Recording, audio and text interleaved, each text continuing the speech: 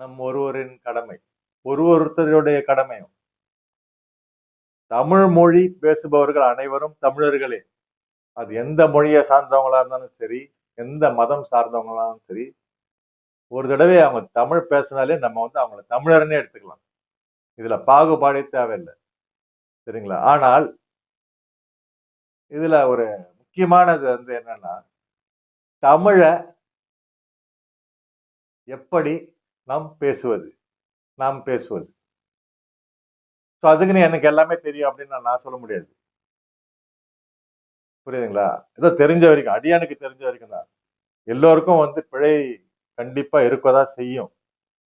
அத நம்ம அப்படியே பேசும்போது நம்மளுடைய பிழையை கண்டுபிடித்தாலோ, இல்ல சிலர் நம்மளுடைய பிழையை சுட்டி காட்டினாலோ, அதுல இருந்துதான் நம்ம கத்துக்க முடியும்.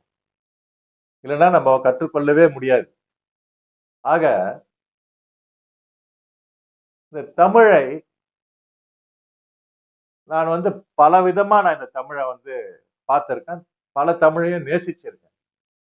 ஒரு இடத்துலயும் தமிழை வித்தியாசமா பேசுவாங்க. தமிழ்நாட்டிலேயே நம்ம சென்னையில ஒரு மாதிரி பேசுவாங்க.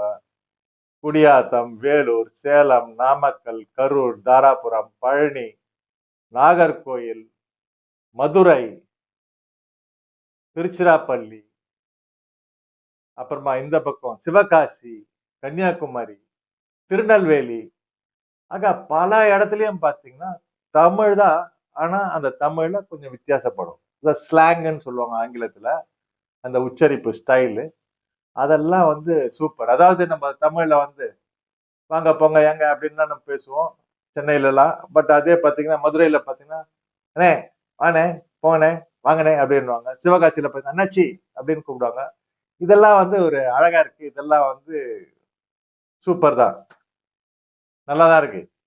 ஆனா இங்க முக்கியமா ஒரு ஒரு விஷயம் இருக்கு. அதை நான் எங்க வரப்போறேன்றது நீங்களே பாருங்க மக்களே.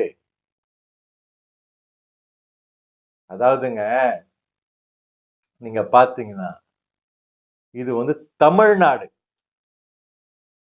மொழி பேர் தமிழ்.